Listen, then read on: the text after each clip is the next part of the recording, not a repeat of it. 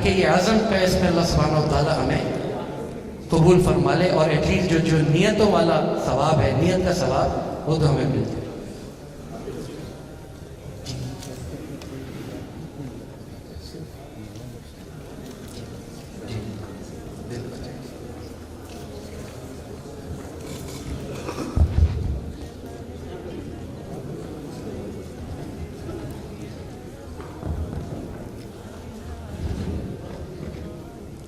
آج کی اس محفل کے لیے جو ایک اینڈ نوٹ، یا یوں کہیے کہ ہمارا مقصد ہے کہ یہ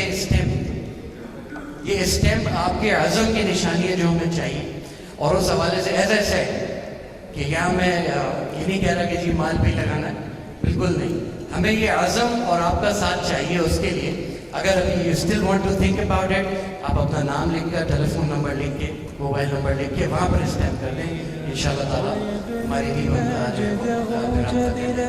فروح الفاتحة ليصبح همة تروي عن العليا مغانيها لينسج للعلا قصصا